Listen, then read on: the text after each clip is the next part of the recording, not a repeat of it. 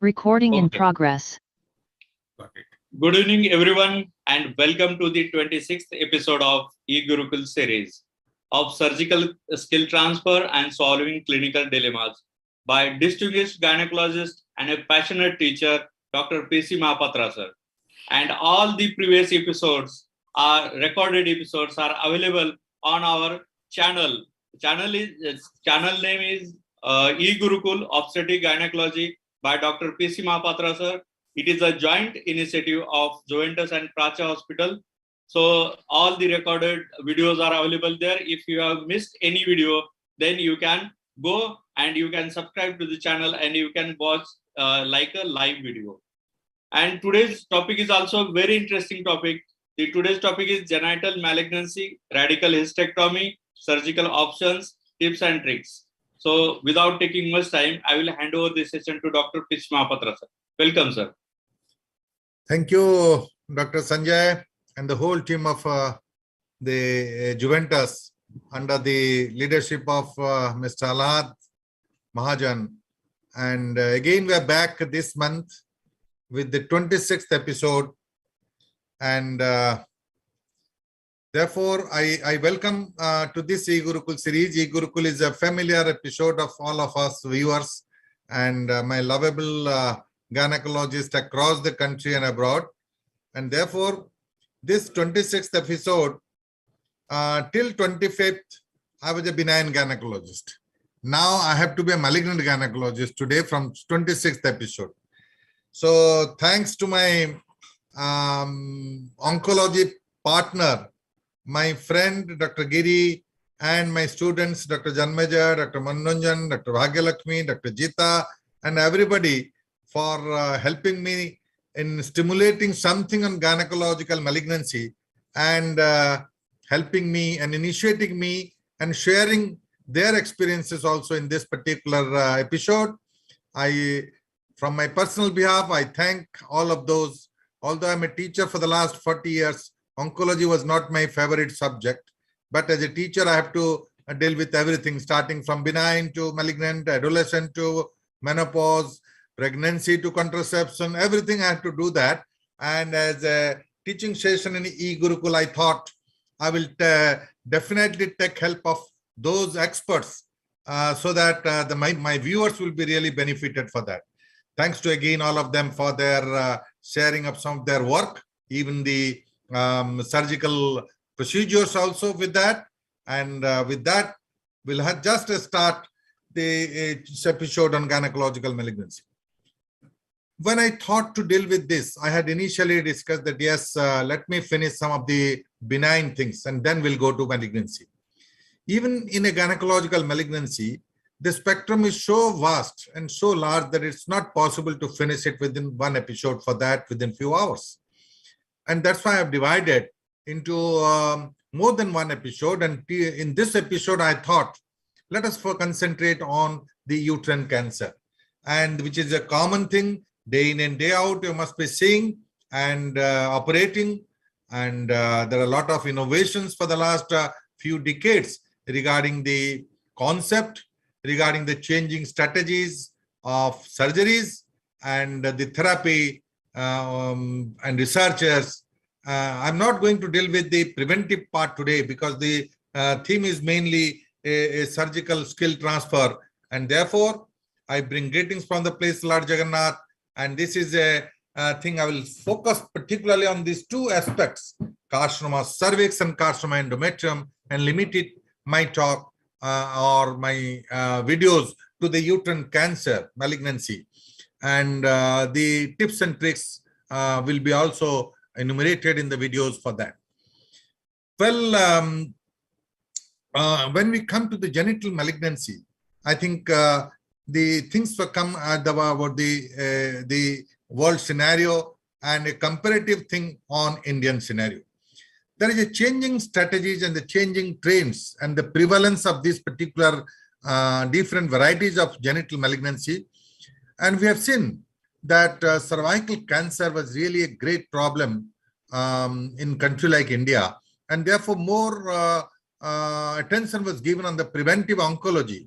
And starting from the screening to the different preventive methodology of the innovative vaccines and all that. But surprisingly, I don't know why it has not been a proper utilized, particularly in a country like India. Who is responsible for that? Because we know that the HPV has become a very important part. 16 and 18 has been proved to be one of the important. About 70 to 80% can be prevented if we have an immunization protocol. But since last more than 1 decade, our gynecological oncologists are trying hard, even general gynecologists and the advocacy system, starting from FOXI to the Gynecological Oncology Society, they are trying hard to propagate and sensitize not only the community, but the doctors and gynecologists itself also. But due to some reason or other, the health policy makers and all that are not able to contract that. And we thought initially, when this remarkable hypothesis has come from the Nobel laureate, which started the HPV, and we thought that there could be a drastic change in that. For few years, I will show you how a difference from 18 to 20.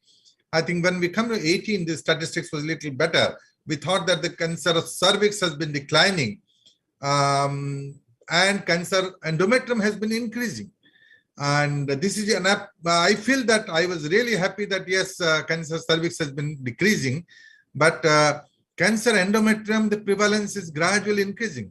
In our general practice, there's a presumption, and the data also was showing that yes, endometrial carcinoma in country like India and developing countries also, in contrast to the developed countries, the incidence is gradually more, and prevalence we find more often the endometrial carcinoma. For years together, if you see, when we have not seen an endometrial carcinoma, but now for the last 5 years, we see endometrial carcinoma quite often. It's not less, and quite often. It could be due to the changing lifestyle, the corpus cancer syndrome, the diabetes, the hypertension, the obesity, and the longer health life of the female spending in the postmenopausal period, and with or without the therapy, the exogenous hormone therapy and all that. Whatever may be the reason, this could be there. But if you go to the statistics and the prevalence of this, this is a Globocon 2020, the world data, so that the new cases more than 6 lakhs. Cervical cancer and death is not more than, I think, half will be the mortality. And corpus uteri is also at par with that cervix uteri, although it is less, about 4 lakhs, and the death are almost around 1 lakh for that. Ovary and vulva, we are not going to be dealing with that in this particular episode. So these particular 2 things, I will just focus attention to that. And the new cases worldwide over the genital malignancy, total overall genital malignancy worldwide in India, this is the figure which I'm just presenting before you. And the comparative data between the world and India about the uterine cancer, cervix, corpus, ovary and vulva, comparative statistics just before my deliberations on this particular 2 very important aspects. Overall genital malignancy, I will focus on that. And when we come to the individual organs, cervix, utero, ovary, corpus uteri, and vulva, you see the difference between 2018 and 2020. The 2018, there was a drop, new cases almost less than 1 lakh. I think if you compare to the 2020, it has gradually increasing cervix, uterine cervix within this couple of 2 years. And we do not know, the data will come after 2 years in 22, what is the changing trends. But definitely there was a drop in 2018, but gradually 2020, it has been increased. And same as for the corpus uteri, the new cases are 1,33,228. And now the corpus uteri also, the prevalence is increasing to 1,64,013. I think this is 6,413. So this is certainly a point of concern as we grow. And now we should think, and the researcher and scientist and clinician should think and corroborate with this prevalence rate, increasing prevalence rate, and cannot be kept quiet. We should find out and introspect and find out seriously what is the reason for that, and action taken by that. However, gynecological cancer, 45% of cancers in Indian women and 26% of all cancers, it accounts for that. And more than 25% of the burden of the world's carcinoma cervix is still in India. And that is a long, I think this has given us really thinking how we must act aggressively to combat this particular graded carcinoma for that.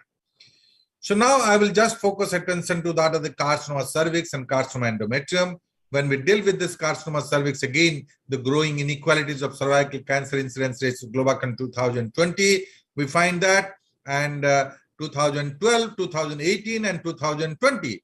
And as I was just comparing between this last from 2012 to 2020, there is a declining in 2018, but again, there is an increase in 2020 for that. Now, a brief review of our knowledge regarding the carcinoma cervix. Everybody knows what is the situation. I need not make you aware of that, but still I want to emphasize because of the increasing prevalence and all that. And carcinoma cervix, as far as the malignancy is concerned, this is one of the genital malignancy, where the extensive studies of the natural course of the disease has been very well studied. And if you go for the epidemiological part and the pathogenesis part, you could know that how the natural course of the disease for a long period, and therefore the need for either a preventive or a very early diagnosis for that. And as in all general malignancies, early diagnosis is the paramount importance as far as the survival rate, whether therapy by surgery or by chemotherapy or by radiation, whatever it may be. But this is very clear. The natural course of the disease is very clear for that. It has some distinct part of the cervical intraepithelial neoplasia. Then it goes to the pre-invasive and invasive, micro-invasive, and then invasive cancer in the different grades and stage of the disease. And that takes a long years for that to grow. And that's why we have really opportunities to target at that particular level before we find an advanced stage. In contrast to the ovarian malignancy, which is very difficult in that way. Now, again, I must reiterate that the significance of HPV, the 16 and 18, and the preventive aspects of this, and therefore this particular is really underutilized in country like India, and we must be sensitized. Our beneficiaries must be sensitized. Our healthcare policymakers should be sensitized for that. And that is really a lacuna. And still, I find that we must continue pressing on the beneficiaries, on the healthcare providers to make it really implementable and for the benefit of the beneficiaries for that. And this is very important part, which I need not go to the details of the preventive aspects. The time doesn't permit me to elaborate the different preventive aspects. It has been already known to all of you for that. Now, as per the screening also, when we come to the preventive oncology part, the screening, there is also a changing trends and a changing techniques. There are various, since the time of Papa Nicolau, the various modifications of this particular PAP staining technology, the media, and the role of colposcopy, and whether you go to a universal screening or at-risk screening, and screening by a combination with the HPV tests, all these are having a drastic change for the last at least 1 decade or so, and everyone must be aware of that. But the importance of I think the more sensitization of the gynecologist is necessary, and that's why I thought I will give more importance on the sensitizing the gynecologist at their OPD level, how they will pick up the cases. Even we speak of the PAPs, how many people are really doing a speculum examination? That's not now in the era of technology. Mainly the sonography, endoscopy has replaced our 2 fingers and speculum and all that. I think this is the importance of gynecologist and speculum examination, and at least a visual inspection of with or without acetic acid. That's a very important part as a catch them from the early stage for that. And then go on stepwise, either a PAP or a colposcopy or a biopsy and all that. Now again, staging. Staging of cancer cervix, if we say, when we were students, the cancer cervix staging, the FIGO staging was very, very popular. We got by heart the different stages of that. And now, if you compare, there's a revised staging also. And at this point, I will just congratulate and salute one of the Indian gynecologist, Professor Nirja Vatla. I think Vatla was one of the pioneer in the group of the task force in the staging of the FIGO staging and incorporated that. Well, what is the change in that staging for that? When we say that carcinoma cervix staging, mainly we are limiting to the days era where the diagnostic armamentarium was not available, but just limiting to the either a clinical staging or a surgical staging for that. But before surgery, I think there could be some methods of staging so that prior to surgery, we can plan our surgery for that, whether we can do the surgery or some alternative modalities can be done for that. And then there came some of the ancillary gadgets, like a cystoscopy should be there, like a sonography should be there for that. And therefore now the imaging science has developed a significant extent. And it is not only the sonography, but the CT, MRI plays a great role in outlining the extent of the disease. So MRI and CT. Now, if we differentiate whether which to choose CT and MRI, one must be very clear that the extent of the disease can be very well defined. The lateral extension, the anterior or posterior extension, local spread. I think MRI can give a better idea for that. But as far as the lymphatic spread or lymph node assessment, I think CT will be a little better than the MRI for that. So CT will give an additional information on the lymph node involvement for that. And of course, the PETs can very minute and distant metastasis cannot be picked up by the CT, where PETs can as definitely added to the adjunct as a diagnostic armamentarium, particularly in relevance to the stage of the disease for that. Now, as far as the therapy is concerned, multimodal approaches in therapy, if you see the history of the different stages of the disease, even surgery was recommended in stage 2B also. Now, gone are the areas where you compare with the radiotherapeutic modality has become advanced so well that it can be adopted for all stages. There is no doubt about it. And if you compare the 5 years survival rate is almost proportional for that. But the surgical limit has been defined, and surgical limit gradually we say that yes, it's always better for the stage 1 up till the very early stage, very early and early stage we divide into up to about stage 2B, stage 1 and 2A is early stage and the rest is late stage. We divide into this variety, and of course in early stage only surgery has to be done. And no more we are seeing, I think it is not recommended, particularly when the parametrum is involved, to do a surgery, better shift to the radiotherapy. So the changing strategy in terms of surgical indications for that has become very clear cut. And therefore, particularly in the early stage, we devote to the surgical aspect as far as the benefit of the patient 5-year survival for that. Now, therefore, again, the selection of cases for surgical options, the selection of cases, I think that should be there basing on these parameters and the history examination, and of course, the investigations will add and help all of us in selecting the cases for surgical options for that, the candidates. Now, the surgical procedure, there is a changing trends and changing techniques. And when the minimal invasive surgery has come up in a big way and now expanded into the horizon of the malignancy, even in India and abroad also, the enthusiasm came for the endoscopic surgeon to enter into the subject of carcinoma cervix. And for the, particularly for over one decade, there has been studies of that and done that. And the last LSS trial, that is really given a hint to the restriction of the laparoscopic procedure, particularly in cancer cervix for that. So this trial, extensive trial, demonstrates that laparotomy is definitely superior to the laparoscopic approach when carcinoma cervix is concerned for that.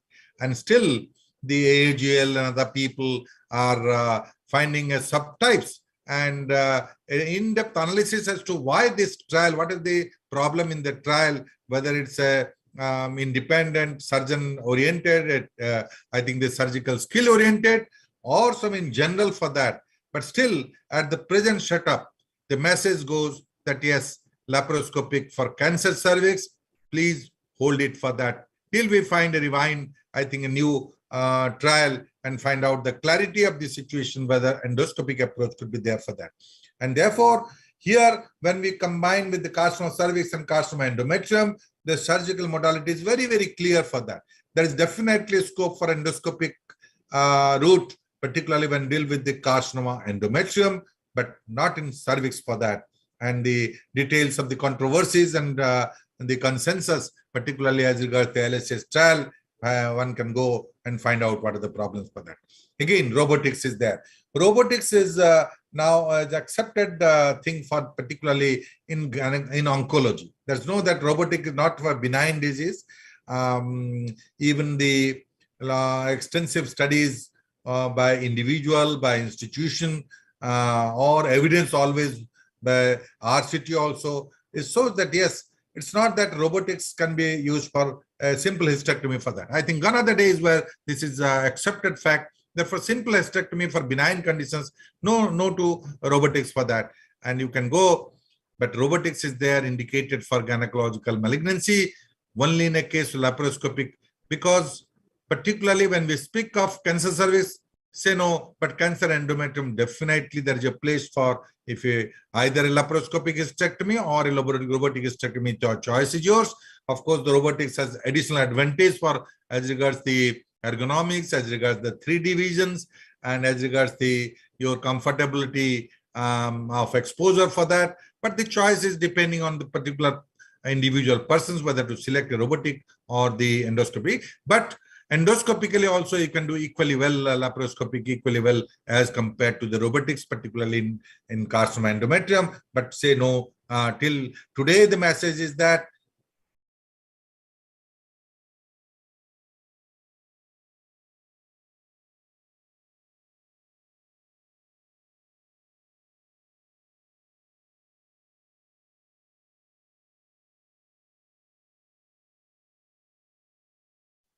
Adi, Adi sir's voice is video is stopped or what? I think so. The signal loss है मैं call करता हूँ. हाँ sir को बताना पड़ेगा, DD को phone करना पड़ेगा नहीं तो. Admin. I'm calling the. Yeah.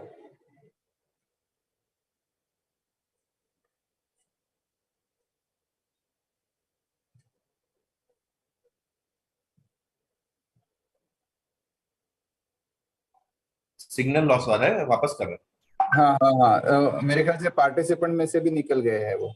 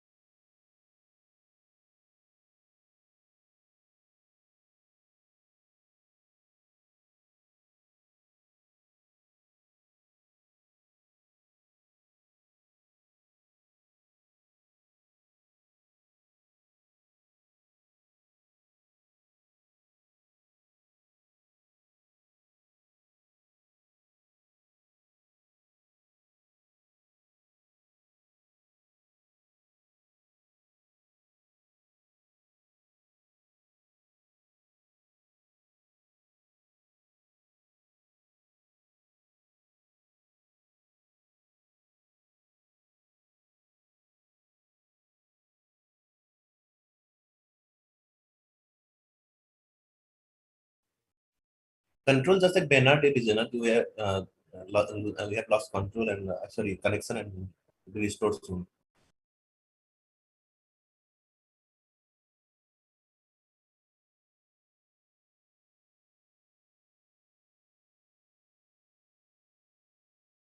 बात हुआ आदि डीडी से. I think sir has come back. Sir has come back. Connected दिखा रहे sir.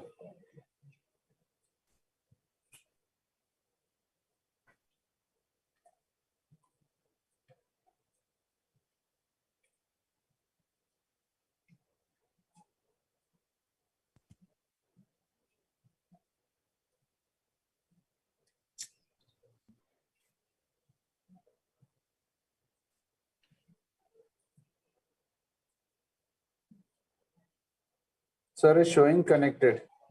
1 second, we are just logging in. Yes, sir. Yes, sir. Got a minute, sir. So you are audible now.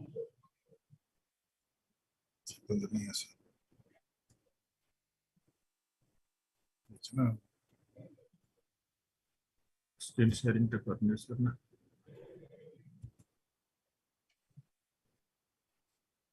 हो जाएगा पंचायत कैसे गोटे side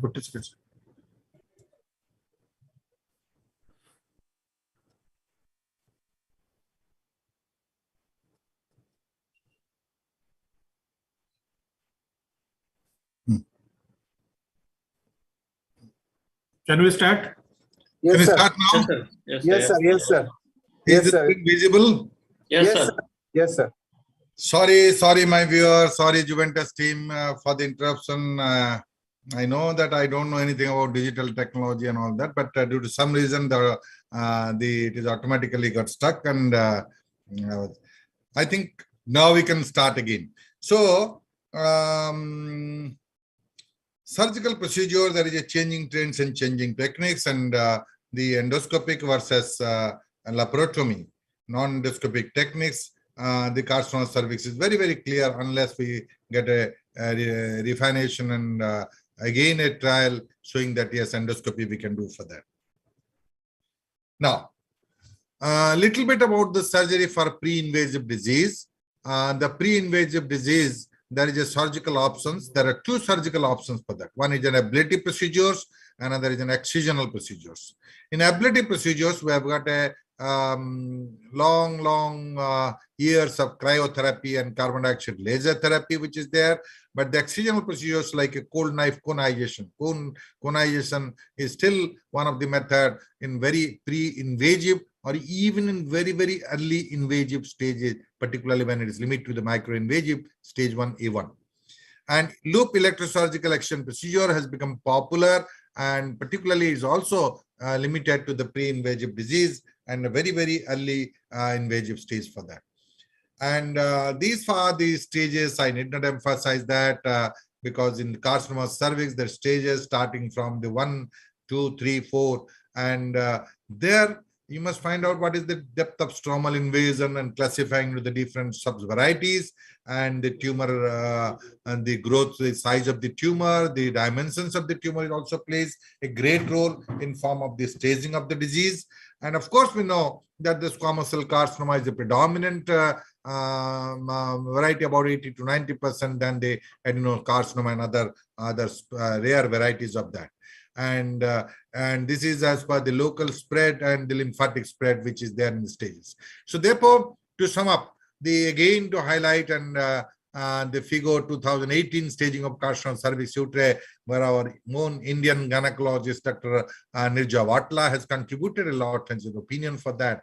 We have been dividing this particularly. So why we are going too in depth for that? It's very simple: stage 1, stage 2, stage 3, stage 4. But the sub-classification gives us an idea about the particularly the microscopic or very early differentiation, so that in some cases we can go that yes, non-surgical management, I think, shifted to the chemotherapy for that. And some cases very early we can go to a more conservative procedure. So these are two extremes in this case for that. And therefore, for some of the cases of fertility sparing, some of the cases where the young carcinoma cervix in young, we want to conserve the uterus. So even if it's a case of very early cancer, we must find out for that. So therefore, stage 1, we know that it is confined to the cervix. And of course, the corpus extension is disregarded as because it doesn't going to any prognosis for that. Now, stage 1 again is divided into A, B, and A is divided into A1, where A is invasive carcinoma that can be diagnosed only by microscopy with the deepest invasion of less than 5 millimeter. And this 5 millimeter we divide into the A1 and A2, major stromal invasion of less than 3 millimeter A1, and A2 major stromal invasion of more than 3 millimeter, 3 to 5 millimeter is A2 for that. So this particular variety, as I was telling that, yes, it could be dealt with the more conservative procedures. Its radicality is not to be manifested here. Whereas the 1B, B is divided into 3 particular segments, 1, 2, and 3. And there the size of the thing is important, and it's less than 2 centimeter dimensions, from 2 to 4 centimeter, and more than 4 centimeter. This is the different variety. So the size of the growth is important, particularly in the 1B for that. And the microscopic spread is more important in stage 1.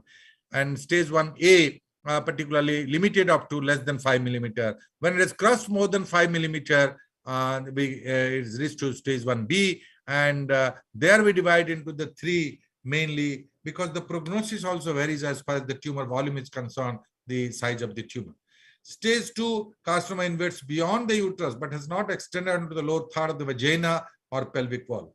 And here we find A, B, and A, stage 2A involvement limited to the upper 2/3 of the vagina without parametrial involvement.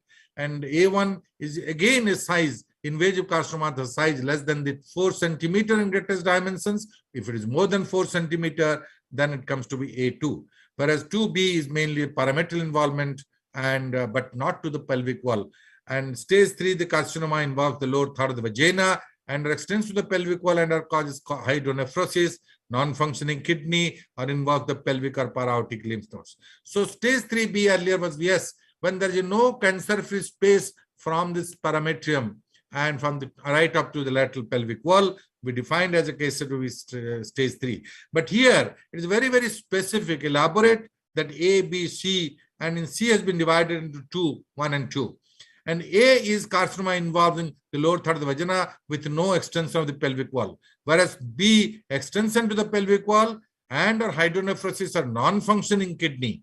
And this is stage 3B. But stage 3C is either involvement of the node, pelvic node, or a para-aortic node. When the pelvic node metastasis only is there, it is C1. Whereas the para-aortic node metastasis is there is C2. I think these has grown up, the subtypes are there because of the diagnostic gadgets like a CT scan, picking up the nodal metastasis, evidence of nodal metastasis come out in view for that. And of course, this is some additional stages or definition by the technology when we are improvised technology on the imaging science, particularly for that. And of course, stage 4 extended beyond the 2 pelvis are involved. The mucosa of the bladder or bullous edema doesn't permit a case to be allocated to stage 4. And A is adjacent organs, the pelvic organs, and distant organs is 4B. There is not much of change as far as the previous PIGO classification as far as the stage 4 is concerned. Now, frequency of metastasis. Is there a correlation between the metastatic metastasis of pelvic nodes associated with the stages? These are some of the frequency where we say that commonly we believe that earlier the stage, less is the nodal metastasis for that. But if we consider that we are contemplating this surgery for hysterectomy, the radical surgery for that, we should know that which stage, even we operable in early stage also, the metastatic, I think the frequency is up to about 2 to 9 in stage 1A2, and stage 1B 12 to 20% frequency for that. And frequency of metastasis is para-aortic. When we're not thinking of, we're restricting to pelvic nodes and earlier, but now the para-aortic nodes involvement, particularly in we were thinking that it is mainly restricted to the ovarian malignancy and some cases of endometrial malignancy for that. Now in cervical cancer also, para-aortic nodes has been frequency of metastasis as with the stages. As the stage advances, of course, it is listed with the 4 to 7 in stage 1, but in 4, 3 and 4, it goes to about 25 to 50% of that. Now, surgical treatment for very early cancers, as I was told, apart from the pre-invasive variety where we do an ablative procedure or excisional procedures, these are for a very early cancer like cervical conization, simple hysterectomy with nodal assessment, and fertility sparing radical trachelectomy. This point I was telling that even if it is a invasive cancer and it is a very early invasive cancer, there is a place of conservative procedures if the patient is very young and desires the fertility for that. And therefore, this particularly the Sloan Kettering Center was the innovations for that and proposed the radical abdominal trachelectomy. Before the radical abdominal trachelectomy, vaginal trachelectomy was also being practiced, and Sloan Kettering has emphasized and particularly given importance to the details of the surgical procedure and popularized it for the purpose of reproduction, for fertility promoting surgery for that. And here what happens, you have to remove the in a very early stage like stage 1A1, there is a place for removing only the cervix, the part, and the only thing is that you remove that part, but a saving zone, that's called a saving zone, which is being there, you send it for biopsy to find out the remnant of that disease portion organ is there or not, and then stitch it with this, they oppose it with the uterus is opposing with the vagina, with or without a circlage. I think the initially the non-absorbable suture has to be used for that, and this is a revolution of the cases which is not very popular all over the globe, but this Sloan Kettering Center has become one of the pioneer as a radical trachelectomy for that. Now this I will show you particularly. This is a case I think my friend Dr. Giri has was practicing for that, and conization. So the indications could be many. So disparity between the cytologic as well as the histological finding with or without the colposcopy can identify which are the candidates selected for this purpose of conization. It could be a diagnostic, it could be a completely therapeutic element, particularly in some cases for that.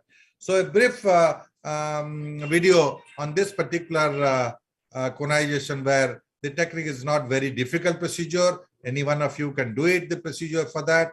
Initial hemostatic infiltration has to be given, and identification, just a cone of the cervix has to be given, and then send it for HP study, the margins, so that we can know whether it has been completed or not, or still some of the pathology is there, some of the diseased entity is there for that.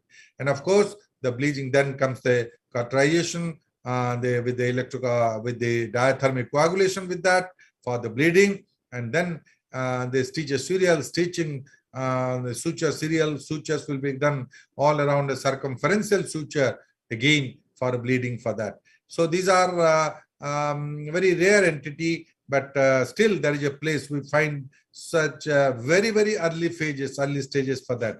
This was earlier practice for the pre-invasive variety, or even in a case of this CIN, some of the cases for that, but this could be adopted when we want to conjure the uterus because of the age, because of the desire for fertility. This is one of the method where we can do it, procedure of choice for that. So this is not a bygone days. It's really a very surgery which is very, very alluring for that.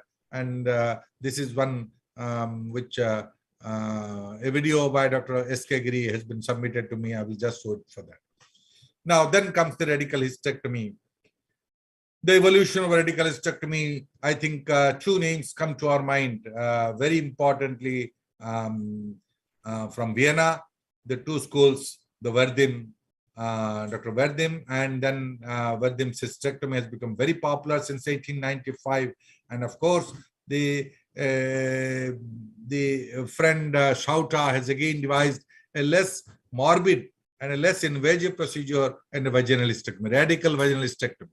So abdominally, the procedure, though Bonney and Mix have extensively studied and with the devising the concept of this technique, and Verdim's has become very popular in publishing the first publication of that, and therefore the abdominal procedure has been in name of the Verdim, and vaginal the Schauta. These are the two schools where it has been propagated and for the radical hysterectomy, which has been accepted till now also. Now, our Indian contribution for that, I added to that Professor Subodh Mitra's modification of that technique also. Again, combined with a vaginal hysterectomy, radical vaginal hysterectomy with bilateral inguinal lymphadenectomy, the two sites for that. That has become a modification of the different radical procedure for that. Now, basing on that, when the endoscopic gadgets has become really popular, and more and more of the endoscopic surgeons and a brilliant endoscopic surgeons in the country like India also, as well as abroad, have really focused attention on cancer, the cervix for that. And therefore, they started, till the LSCC trial has concluded that there are some demerits of that and the inferior to the laparotomy for that. And therefore, the controversy versus consensus continued for quite a few years. And of course, now the present status, again, I'm telling you, I'm just concluding that for carcinoma cervix, I think the laparotomy has become an edge over the laparoscopic procedure, but laparoscopy has definitely advantage over when we come with the endometrial carcinoma for that. Again, I have clarified the role of robotics for that. Now, as far as the hysterectomy is concerned, with special relevance to oncology, we have divided into the different classes of hysterectomy, the 5 classes of hysterectomy. The class 1, simple extrafacial total hysterectomy, and is performed for treatment for stage 1A1 disease.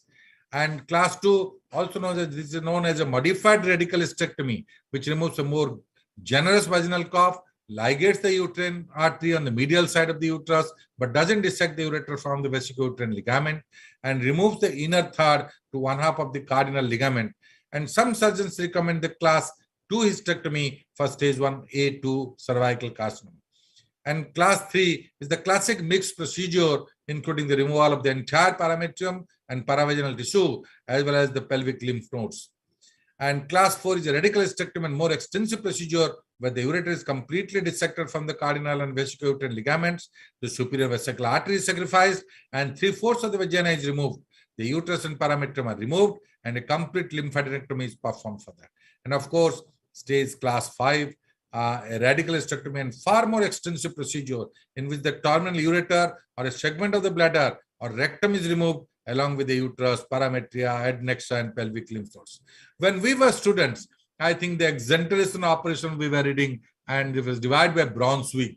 And the exenteration operation, either anterior exenteration with removal of the bladder and the ureteric implantation to the ileum, or the total posterior exenteration, or when the posterior involvement is there, the rectum, and then diversion of the colon and diversion of the GI system, and total exenteration if everything is there in extensive in place. So even in stage 4, stage 3, stage 4, exenteration was the operation at that time. It was an experimental. I think it has been settled that there is no place for exenteration now, vis-a-vis when the radiotherapy is really gives a equal or more than better survival rate and comparison to the surgery. I think there's an advanced stage. It should not be a surgery, and this should be contraindicated and shifted to the other alternative modalities like radiotherapy and chemotherapy. Now, these are the, I have given, what are the different steps, what are the difference between this involvement of the tissues in relation to the different procedure or the different classes of hysterectomy. In a simple hysterectomy, there are 3. I think you must be able to know what are the 4 organs or 4 involved tissues: parametria or paracarpus, uterine vessels, uterosacral ligament, and the vagina. And if you compare the different classes, simple hysterectomy, type 1 hysterectomy, the parametria and paracarpus, you preserve it. Uterine vessels are ligated at uterine isthmus, and uterosacral ligament transected at uterine insertion, and vagina is a preservation. I think this is a simple hysterectomy, which very, very early cases we do it in malignancy. Now, modified radical hysterectomy is type 2. The parametrium, the paracarpus is removed medial to the ureter. Uterine vessels are ligated at the level of the ureter, and uterosacral is transected midway between the uterus and rectum, and remove 1/3 of the vagina. And radical abdominal hysterectomy type 3, removed medial to uterine vessel origin is the parametrium, and paracarpus, uterine vessels ligation at origin of interiliac vessels, and uterosacral ligament transection near rectum and remove the vagina little more than the type 2. Type 4 is removed medial to the uterine vessel is the parametrium, and ligation of the uterine artery vessels at the interiliac vessels ligate superior to vesical artery, transect near uterine, near rectum, and remove the vagina more. Type 4 is removal. Type 5 is removed medial to uterine vessel origin, ligation at origin from interiliac vessels, ligate superior vesical artery, and transection near rectum for that. When we come to the radical vaginal hysterectomy, it is divided into the medial to ureter is the parametrium and paracarpus, ligate at the level of the ureter, the uterine vessels, partially remove the uterosacral ligament. And in radical vaginal hysterectomy, you can define the vaginal extent of the lesion for that. That's an added advantage for that. But at the same time, the ureteric knuckle has to be identified. It is technically a little difficult for that. And therefore, there is a place of the radical vaginal hysterectomy.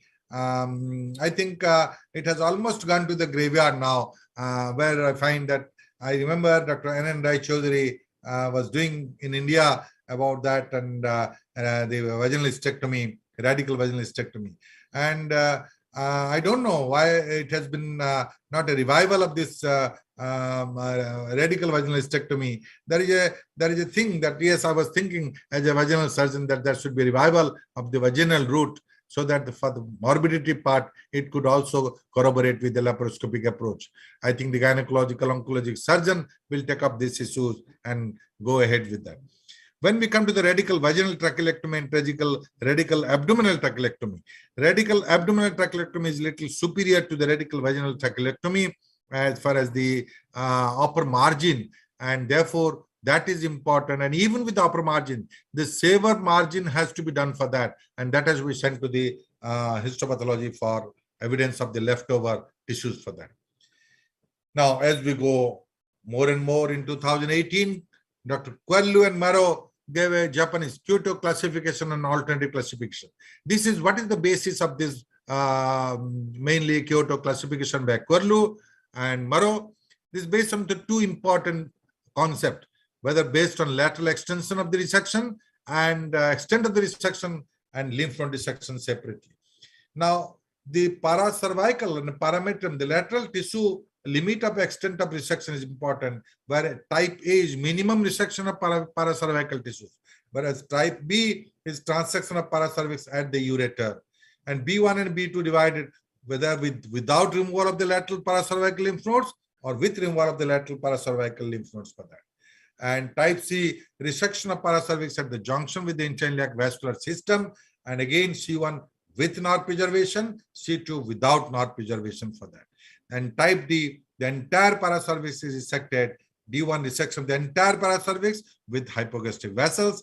D2, resection of the entire paracervix along with hypogastric vessels and adjacent facial and muscular structure. I think the different classification system and the extent of the lesion is to find out, to preserve the post-operative functions, the bowel, bladder, the sympathetic nervous system for that. So therefore, the nerve sparing surgery has become an additional concept incorporated to the radical surgery and radical hysterectomy for that.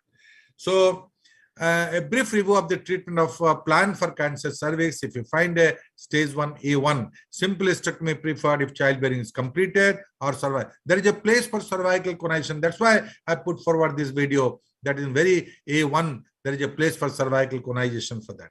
And stage 1 A1 again, one of the prognostic factors is a lymphovascular space invasion. And if it is there, I think more radical procedure has to be done for that. And therefore, in that particular case, if there is a LVSI is there, modified radical hysterectomy with pelvic lymph node dissection. And of course, there is a place for the sentinel node biopsy, which is more important, more applicable for more practiced for endometrial carcinoma than in case of carcinomas. But there is a place now that there are many authors, many people who are doing that sentinel node dissection. The purpose for which this is done, that we know that as we go, the lymph node involvement, a correlation I have shown that very early very early disease, even no lymph node metastasis is there. So if you confirm it before it by the sentinel node dissection, I think the morbidity part is job, and don't limit a surgery. No, a very extensive surgery has not been done. It's a modified radical procedure, or at best we can do a conjunctive procedure like a modified trachelectomy and pelvic node dissection for selected patients desiring a fertility for that. And A2, radical hysterectomy plus pelvic node dissection and radical hysterectomy plus PLND for selected patients desiring fertility, trachelectomy for patients desiring for fertility for that. 1B1 to 2A1 is a radical hysterectomy plus pelvic lymphadenectomy. And if the tumor size is more than 2 centimeters, is less than 2 centimeters, you can do a sentinel node biopsy for that. And radical trachelectomy is again, some people have tried for selected patients, but the message is that only will limit it to the very early stage of stage 1A1, and rest of the cases we do a radical hysterectomy because the prognosis is not very well and the results are not very well for that. And of course, in a bulky uterus, stage 1B3 to 2A2, the chemoradiation and pelvic exenteration rarely perform for that. Too many, it's a more of surgical excellence and demonstrating the surgical excellence, not for the benefit of the patient for that. And of course, we cannot forget the role of chemotherapy and radiotherapy as a palliative method for that in very advanced stages for the cancer service. So whatever it may be, basing on this concept, we know that and as a surgeon, we are going to adopt the radical procedure, and therefore preoperative assessment is important, preparation is important, and counseling is important for that.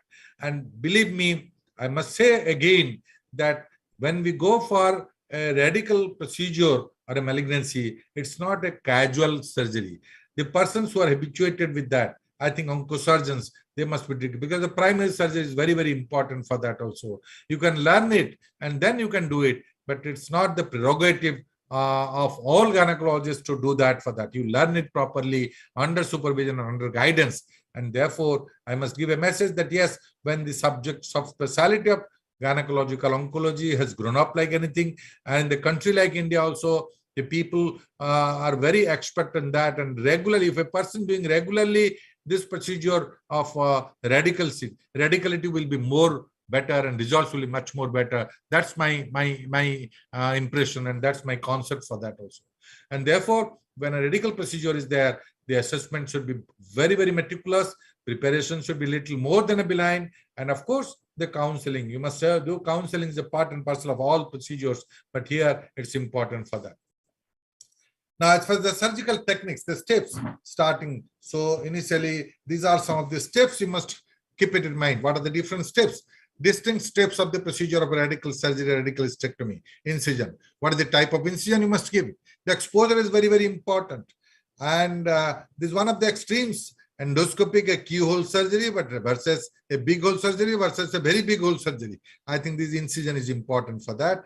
I always have a debate with my friends that yes, if the incision has gone beyond the umbilicus, I was a little irritated for that, because I always believe that transverse incision, but transverse incision, there is a place for transverse incision and muscle cutting incision for that. So you can do a good exposure in particularly the radical hysterectomy limited to the corpus or to the cervix for that. Not for ovarian, but at least there is a place for transverse incision, and you get a lot of benefit out of it also. And that I will advise you, particularly in selected patients of obese patients, and there's certainly some benefit of it, but definitely a muscle cutting incision should be given for that. And after that, before contemplating any procedure, the abdominal exploration is important. You must visualize, because this is an additional stage. The surgical staging has to be incorporated for that. And abdominal exploration by inspection, by palpation, and this is very, very important as far as the operability is concerned for that. Assessment of operability, whether the uterus is mobile or not, whether there is extent of the lesion above the in the pelvic structures or pelvic organs have been affected for that. And therefore, this is important. Abdominal exploration is important, and assessment of operability.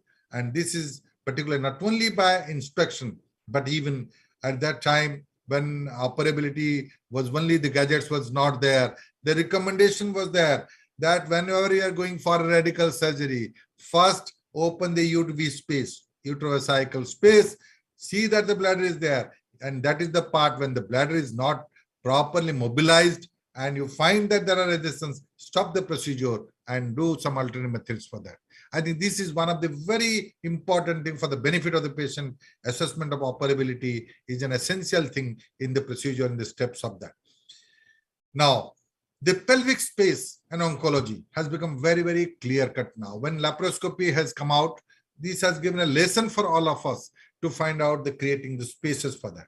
Before endoscopic procedure also, they were dissecting, but the main visibility and the propagation of the different identification of the different spaces not very, very clear. Now, as far as the pelvic surgery is concerned, as far as the radical pelvic surgery is concerned, two very important things: a less vascular space you have to identify, the paravesical space and the pararectal space.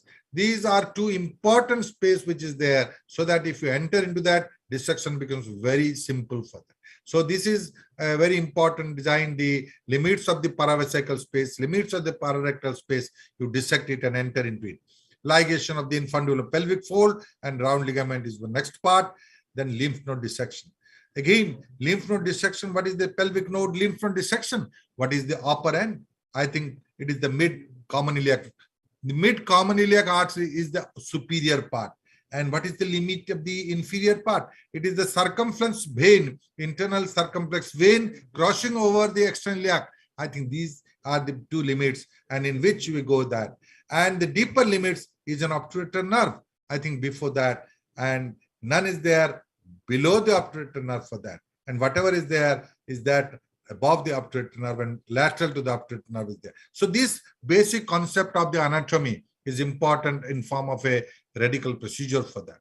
And you go with the lymph node dissection. And believe me, there is a change in the surgical procedures from yesteryears to the present years for that. Yesteryears, by choose the node, remove the node, pick the node and just remove it. But here, I think in chain, you have to remove it. You start from the right, from the lower part and remove it and block. This is important. This is possible also.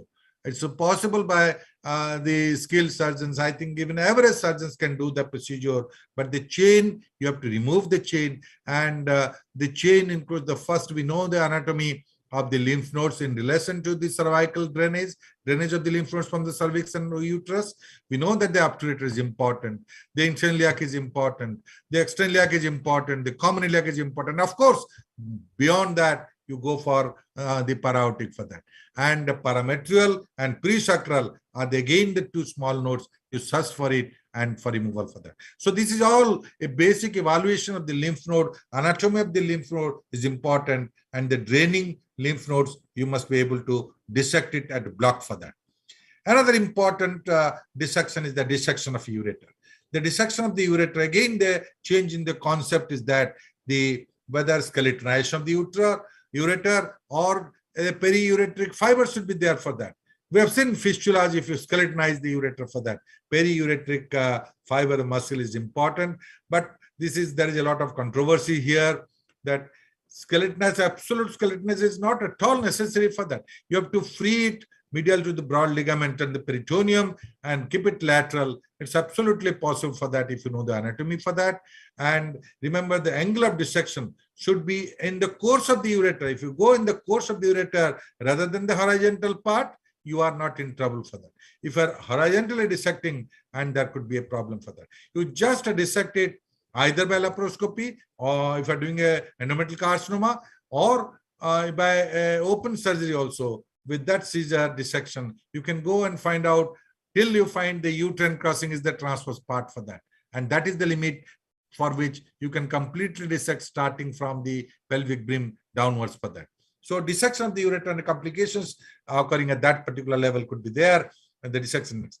Then the bladder dissection, because we are going to take a vaginal cuff and vaginal length also, so bladder dissection should be little more than that, and therefore a good plane of cleavage from the cervix and the vagina, upper vagina, has to be done. And the bladder dissection is not a very difficult job for that also.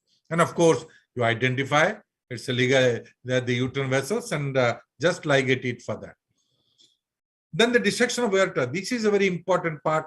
Right up to the level of the cardinal ligament, ureter dissection is not very difficult because you have to just dissect it. Only thing is that when the uterine artery has been ligated, then it comes, the cover is the cardinal. There some of the veins are there. You must be very, very careful at the junction of that particular thing. And that's called a ureteric tunnel.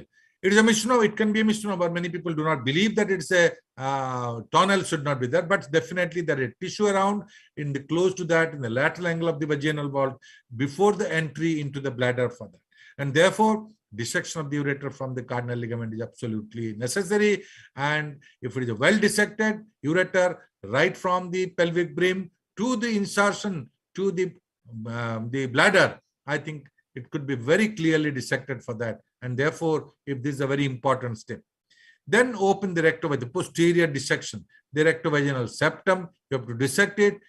Remember, there are veins in that particular area. You enter into the denalveolus fossa, and still I respect the concept of the fat belongs to the rectum, fat belongs to the bladder. So if this concept is there, you are in the right plane for that in the posterior section, because you have to dissect it much more to bring quite a good length of the vagina for that, and the lateral parametrium dissection of the uterosacral and the cardinal ligaments for that. And therefore, then the next step comes to the transection of the uterosacral ligament and the cardinal ligament. And then you enter into the transection of the vagina and closure. Here, you remember the Bonnie's, the Werdim's clamp for that at that level. But normal clamp can do it also. Even with the vessel-sealer system, you can do it also. And with the vessel-sealer system, it's become so popular in malignancy that one is really going for that till they go for the vaginal closure and the vaginal closure for that.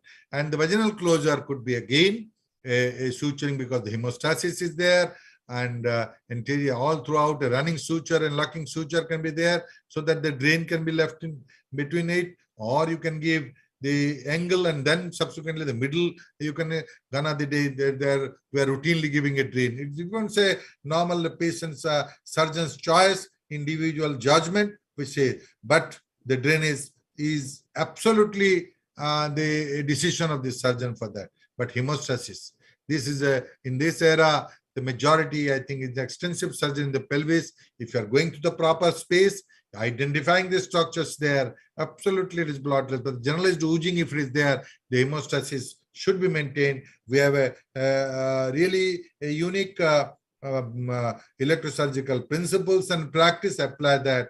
And gone are the days where every vessel has to be dilated. The concept of electrosurgery has not been devised for that. There was a problem. But basic thing is hemostasis has to be maintained for that.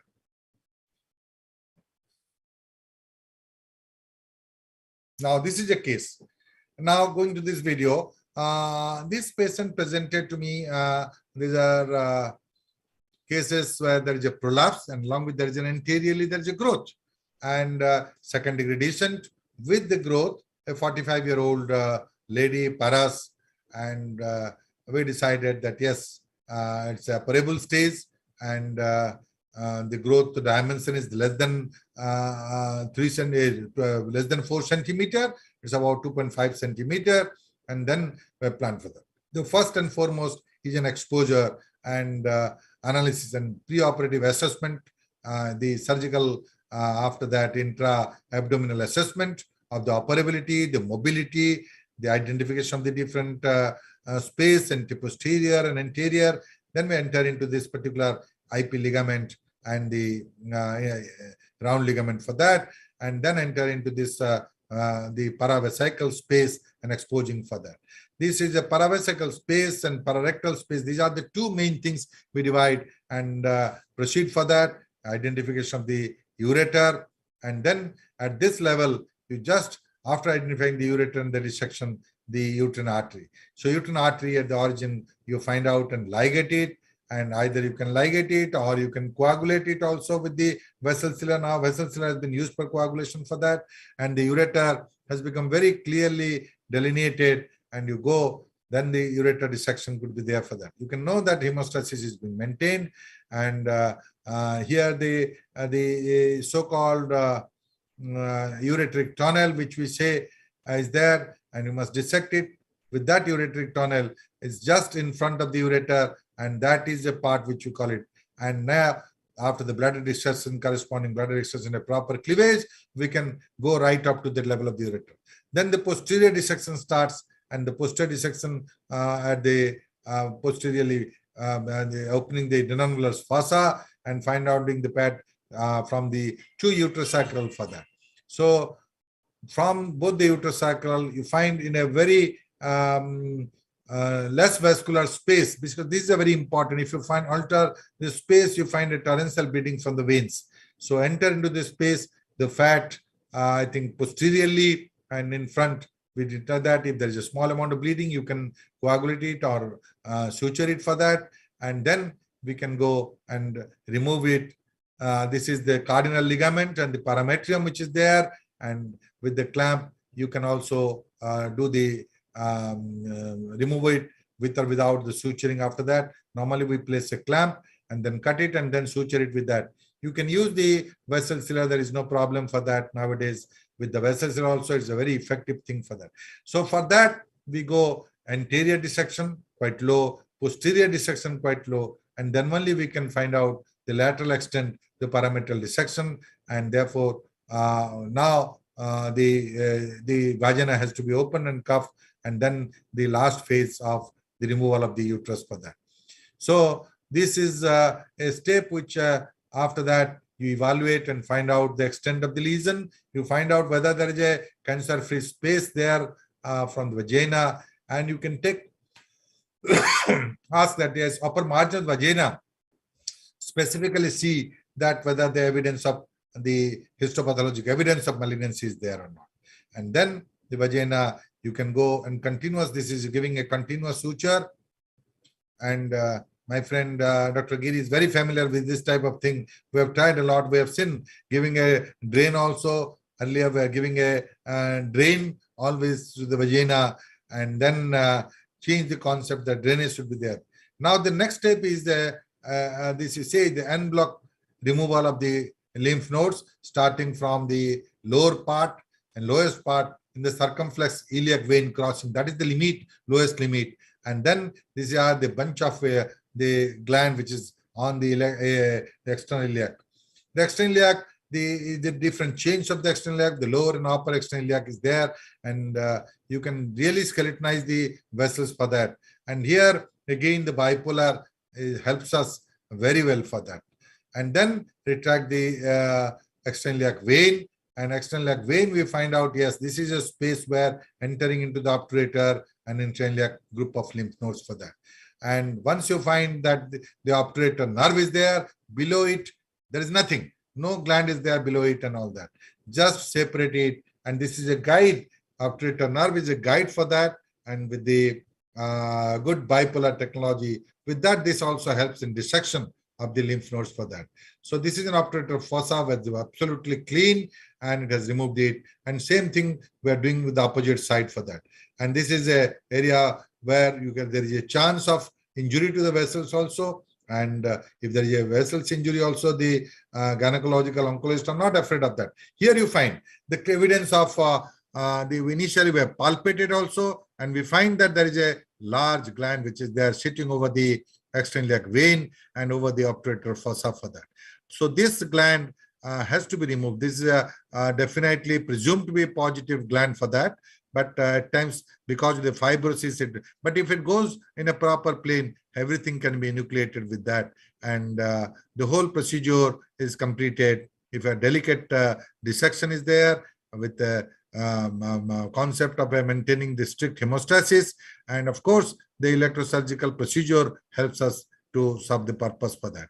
And that is the end of the story where we complete it, the radical hysterectomy, and with the pelvic lymphadenectomy for that. And then you close the abdomen and the surgery is finished. You can send it, whole specimen, the glands, the vaginal age, and the whole specimen, the parametrium, everything, you send it for the histopathology. And then subsequently, you plan it whether there is a need for the adjunct therapy of chemotherapy, the radiotherapy or a chemotherapy for that also. And normally in cancer cervix, we do not go for the para-aortic involvement, para-aortic nodal resection, mainly for some cases of endometrial malignancy, and particularly for ovarian malignancy, this is mandatory for that. I will just show few cases for that. So a good chunk of the parametrium, we have removed it. A classical radical hysterectomy, the uterus, the adnexa, the upper 3 centimeter of the vagina, and the free edge is removed with that, and good amount of parametrium is removed for that. So the principles of surgery, first and foremost, is radicality. Radicality is the very important. You don't compromise the surgery for that also. That is important. And prevention of the injuries to the vessels, prevention of the injury to the viscera. The prevention of the injuries to the viscera or organs, there are 3 organs which is liable to that: bladder, ureter, and rectum. And of course, the great vessels are there. There is injury to vessels prevention. Prevention is a very important thing. And maintaining hemostasis is important. Prevention of sepsis is there. You can give an antibiotics, long-acting, the stronger antibiotics, a broad spectrum for that, because it's a.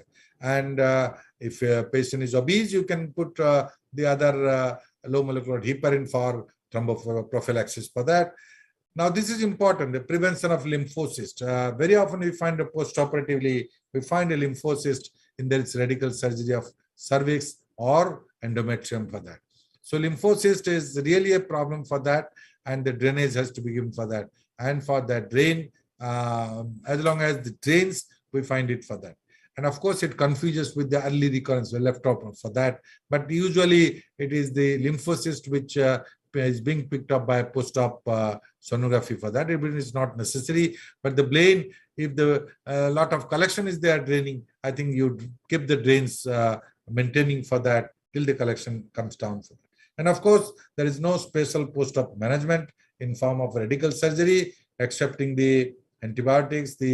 But nowadays it's very, very simple for that. Even parenteral fluids are not necessary more than 36 hours or maximum 48 hours for that. And patient is ambulatory the next day onwards for that. Now, the second important concept, will target for the endometrial carcinoma. Now, endometrial carcinoma, there is also an evolving trends.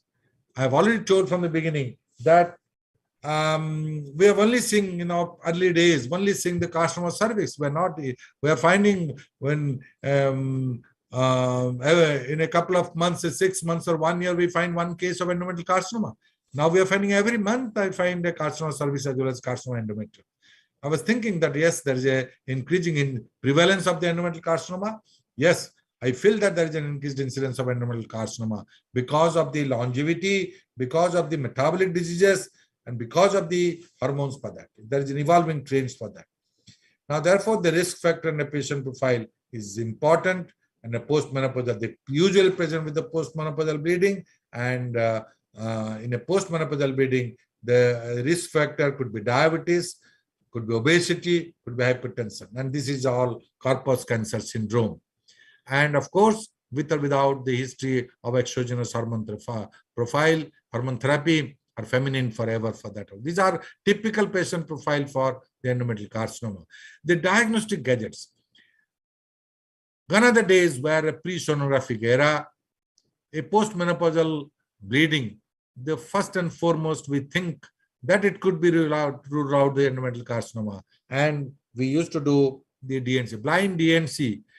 Then the concept came, the blind DNC, we are ignoring, we are missing some of the cases. So the fractional curettage was at that time very, very popular. So the different quadrants, the 4 quadrants or 6 quadrants analysis, but it says blind procedure. Now histoscopy, the sonography and histoscopy both has helped us in not only diagnosing endometrial carcinoma, but really with the precision diagnosis it can be done. And therefore the place of the diagnostic histoscopy prior to the sonography must be there. So sonography and endometrial thickness pattern for that, that's a cutoff limit where you do it for that.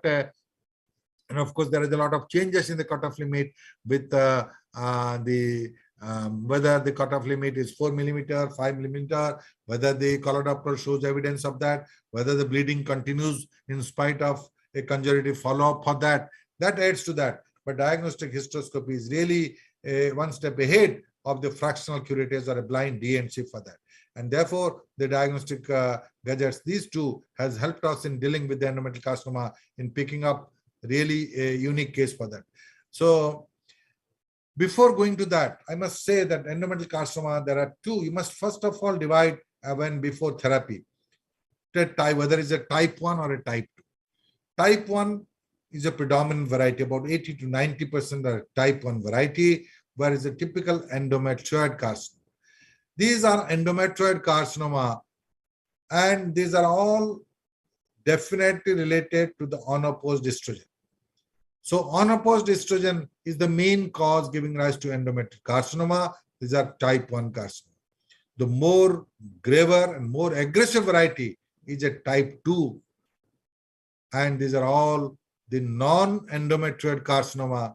And these are all either could be serous or a clear cell or a carcinosarcoma or other varieties, abnormal varieties of that. So these, the problem of therapy, particularly the surgical options, are much more advanced and more aggressive in a case of type 2. Then the difference between type 1 and type 2. The course of the disease is well defined in type 1, but is not defined in type 2 for that. The etiological factors is somewhat known in a type 1, but we do not know the type 2, what is there. The mode of transport and the transmission and the spread of the disease, we are really know about type 1, but we do not know what is the course of, or what the methodology, what the methods of the transmission, paths of transmission of this particular entity. And of course, it has been correlated with the molecular biological principles of dialysis to the genomic thing. I think there's a lot of research going on that genomic. But remember that type 1 needs a relatively less radical surgery than the type 2 varieties. Type 2 needs a more radical surgery, and the predominant the spread of the disease in a type 2 could be more in the, not only in the pelvic lymph nodes, but in the para-aortic and as well as the omentum for that. So therefore, when we come to the surgical aspects of type 2, more aggressive surgery and more radical surgery has to be there for that. So these basic principles of differentiation has to be there for that also. And apart from it, the grade of the disease, the gradation, the nuclear grading is important, whether it's a grade 1, grade 2 or grade 3. This is also a nuclear grade, gives rise to a prognostic variable, one of the important prognostic variable along with the lymphovascular spread and all that. Then one of the most determining factor is the spread, whether is within the uterus and the endometrium, not going to the myometrium, or if it all goes to the myometrium, what is the extent of involvement of the myometrium? Whether cutoff limit is 50%, 50% of the myometrium, within 50% of the myometrium, or more than 50% of the myometrium spread is there or not. This is very, very important. And as far as the prognosis, as far as the surgical options are concerned for that, and you have to know beforehand for that. The paradox is that it's very difficult to know beforehand till the gadgets was not there. Now, MRI has become an adjunct pre-operatively to define, at least to predict, you can guide you that whether the extent of the disease to the myometrium or not. How much to the myometrium, this is important for that. Second important, the extent of the disease below to the cervix. This is also important because the cervical involvement is usually gives some a more radical procedure has to be adopted as compared to the endometrial. And in the cervix also, you must find out whether involvement of the endocervix, epithelium, or to the stroma. We are concerned that if it is involved to the stroma, then we are concerned that it is a cervical involvement is there, and the treatment will be more radical than simple endometrial carcinoma with the less radical procedure for that. So these are some of the cases which is very, very distinct now, understandable, and the concept is changing, and this is a very important thing. And therefore, there are prognostic variables which I'll point out. There are some prognostic variables which has been distinct, which has been really proved scientifically for that. Another significant advances is the sentinel node sampling and endometrial carcinoma. Because this is a case where if early stage of the endometrial carcinoma type 1, it's very easy. Simple hysterectomy is enough for that also without a pelvic lymphadenectomy. Now, when we are doing a pelvic lymphadenectomy, the morbidity is mainly amounting to more than if you do not eat it. And as you go on more, like a para-aortic sampling, it's a skilled procedure, it's a difficult surgically also, as well as the omentectomy, which are more. This is more important when we find a type 2. We have to devote for that. But a type 1 and early stage disease limited to the cavity or endometrium, or at best myometrium is 50%, less than 50%, with an early grade of the disease, I think less surgical, I think simple as compared to the benign method, you can do a simple hysterectomy and more radical procedure is not at all necessary for that. And whether the pelvic lymphadenectomy, whether you do it or don't do it, universally we cannot say that all cases of endometrial carcinoma, you do a pelvic lymphadenectomy. The question comes, you can do over treatment for that or under treatment. I think that's, you must find out whether I'm going for over treatment compromising the morbidity or under treatment compromising the quality and the prognosis. This is important. And sentinel node mapping is an adjunct to that. We can define both in a cancer cervix as well as the cancer endometrium. When we are targeting the lymphadenectomy, sentinel node, the mapping gives a very good opportunity to say whether you go beyond that or not, so that less radical procedures and improved morbidity could be there for that also. And of course, role of MRI, I told that role of MRI is very, very important. CT doesn't reveal anything excepting the nodal status. CT can give an information, but the MRI, definitely we get a lot of information as far as the myometrials. Here I will point out one thing, is the man and machine both are important. MRI, as far as the machine is concerned, it can depict it, but the interpretation is very, very important. I have seen the interpretation of MRI, the man which knows the knowledge, I think that must be improved and must be a reliable radiologist to give a definite opinion on MRI. Otherwise, again, you do this surgery, and after that, you again, during the surgery also, there is a place to find out whether you go for the lymphadenectomy in the course of the disease. You just say that after doing a hysterectomy also, you can know that what is the extent of the disease. If you cut it microscopically, you can find out, or you can do a frozen section and send it the specimen, and then you can proceed whether decide for the lymphadenectomy. This is only in the case of type 1. But in a type 2 and in the more aggressive grades of the disease, nuclear grades, I think there is no compromise of doing a lymphadenectomy, even for para-aortic also for that. That's the message which I will give you. And the surgical options, again, radicality should be there for that. And the lymph node dissection in the pelvic lymph nodes, the first and level 1 and level 2 are the pelvic lymph nodes, external iliac and interiliac, and common iliac, including the presacral for that also. And level 3 are aortic, inframesenteric, and level 4 aortic, infrarenal. Aortic, para-aortic lymph nodes are difficult. Both left and right side has to be clear for that. One should know the risk of the para-aortic in relation to the ureter, in relation to the perforating vessels. This is important, perforating vessels for that. And the limit, what is the limit of that? So inframesenteric artery is the limit with the origin of the aorta, and below it, it's really advisable and safe for that. But perforating vessels, one must be very, very clear about it. The left renal vein has to be very clear about it, identification of that.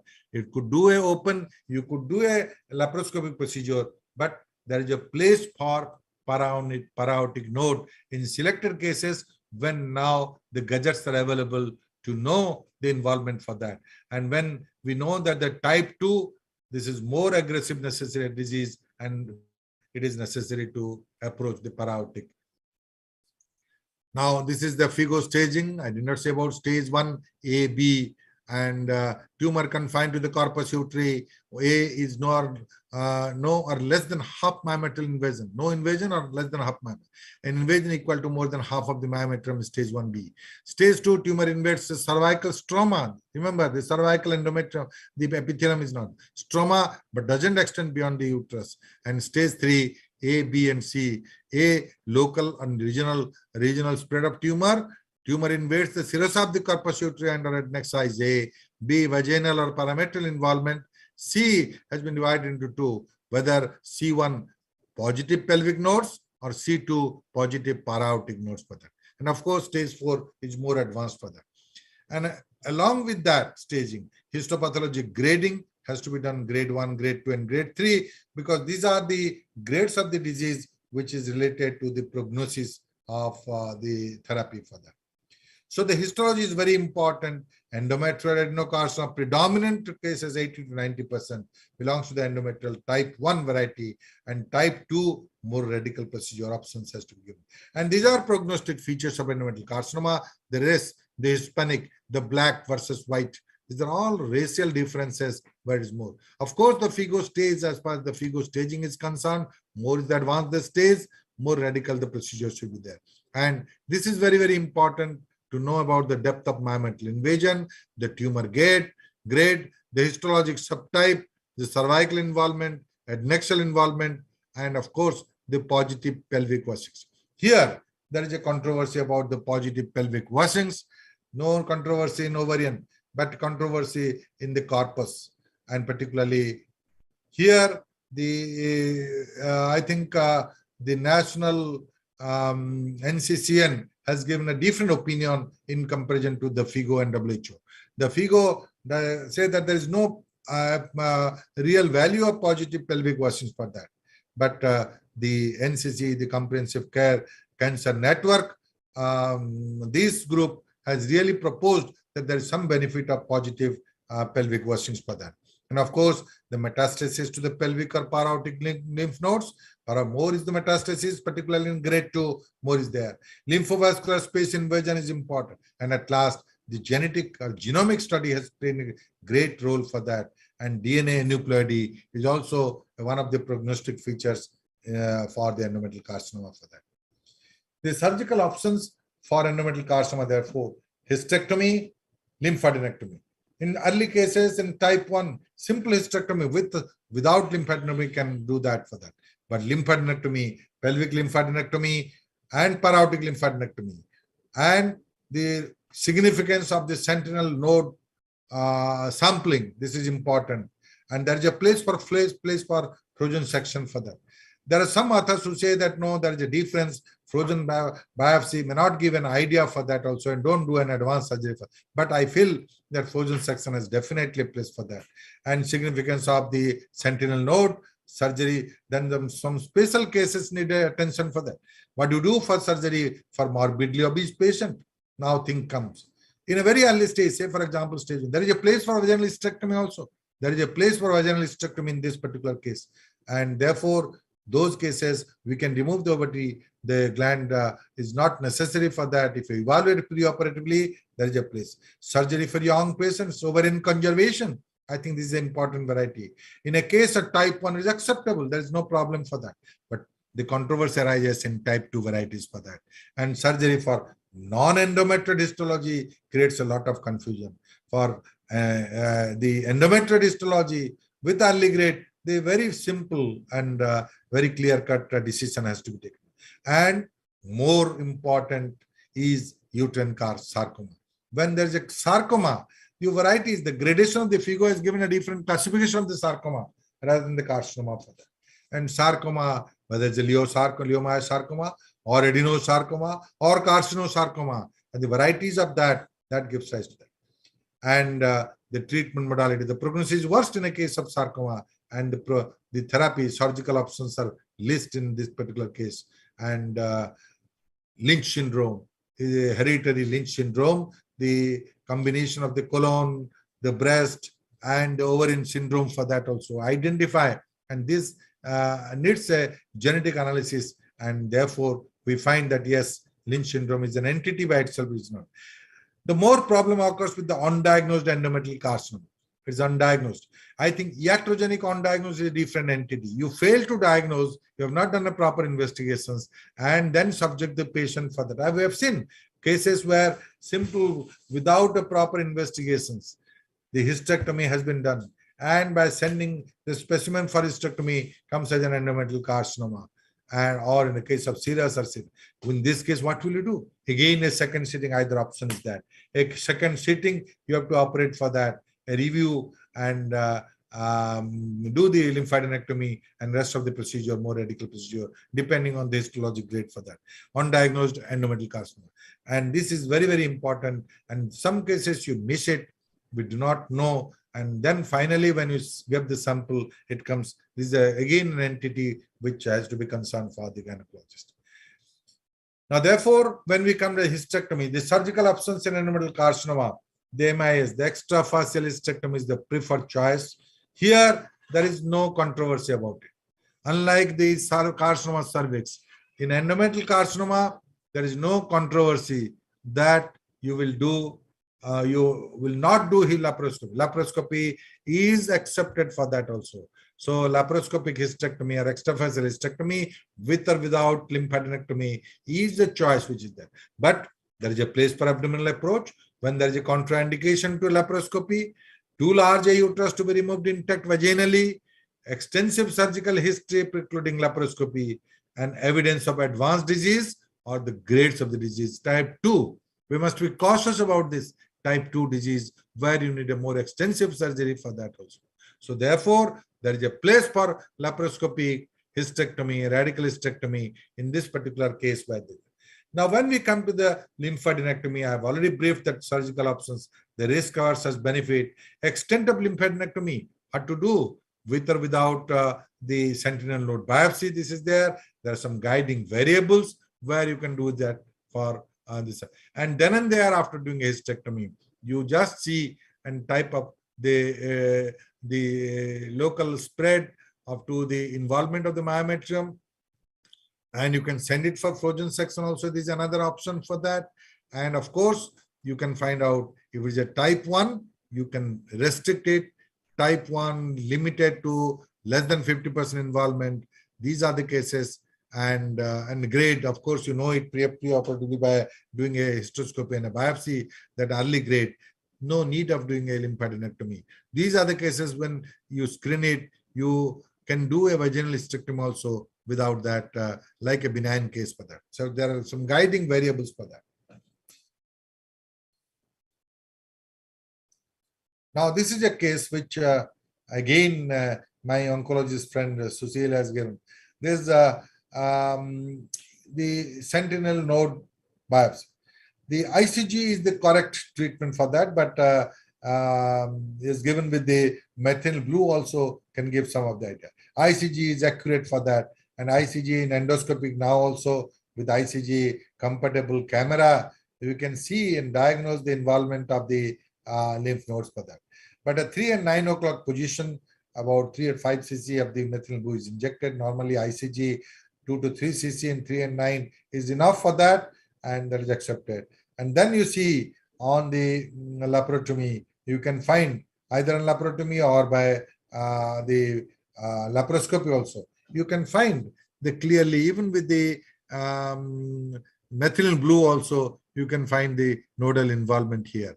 So this is very, very an aid to that. And I feel that this is also a part which gives a lesson to the gynecological oncologist, that some satisfaction that yes, with this also with the open, we can see the involvement of the sentinel node for that. And therefore, this I presented that yes, only to show you and brief you that it's not the ICG alone. With the normal methyl blue also, you can inject it and find it out for that. So this is one of the cases where I can show that this is a case, how you can demonstrate that. Now, again, this is again a lap radical carcinoma endometrium, and one of my students, Dr. Manoranjan Mahapatra, I think is a very, very aggressive laparoscopic surgeon on that. And once upon a time, he was a student of mine, and now he has become a teacher of mine. You see the procedure of a lap radical in the case of carcinoma endometrium. There is no controversy about it, but again, be very, very gentle, and the appropriate instrument must be used for that. And there are various, earlier we are giving a lot of importance. This is a harmonic. Harmonic is a very good instrument for that, for dissection, as well as for particularly for endoscopic procedure. In a radical, but still the newer innovations of the shear is very good, cheaper, and it is equally functions to the harmonic, because the vessel sealer, the sealing or hemostasis is much better for that. You start with one.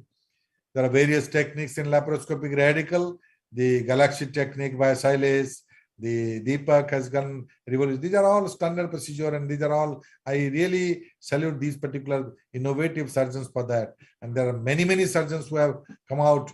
I see the young, dynamic and vibrant surgeons doing how absolutely under vision for that. So here, basically the difference, identification of the different space.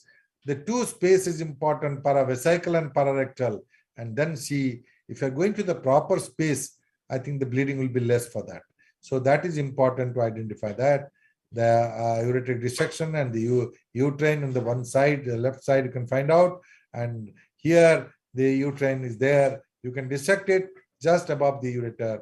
And ureter at the tunnel end of insertion, the dissection is being done at the level of the so-called tunnel, ureteric tunnel, so that it's clear on one side for that.